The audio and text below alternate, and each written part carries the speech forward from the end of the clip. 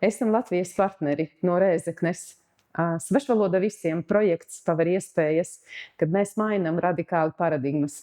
Mēs nostājamies sistemātiskā metodoloģijā, izvēlamies aiziet prom no kompensējošiem paņēmieniem un tādējādi radam bērniem, skolēniem, kuriem ir specifiskas mācīšanās grūtības, iespējas šajā iekļaujošajā vidē kāpnēs augšā tieši tāpat, kā dara viņu vienaudži.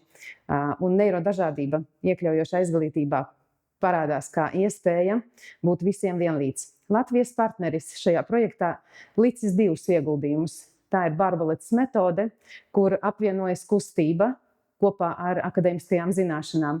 Tādējādi šī informācija paliek atmiņā, un to tas skolēns var izgūt brīdī, kad tā viņam ir nepieciešama. Un otrā lieta, tā ir industriālā vide, kura ir pilna trokšņiem.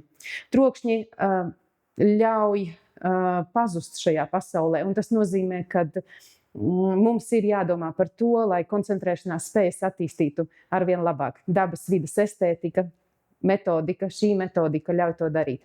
Kopumā esam visi partneri šajā projektā ieguvēji. Ieguvēji no pieredzēm, zināšanām, un tādējādi mēs daram iekļaujošo izglītību vēl labāku un paveram iespējas visiem skolēniem stāties pretī izaicinājumiem, kā piemēram svešvaloda eksāmens angļu valodā. Paldies!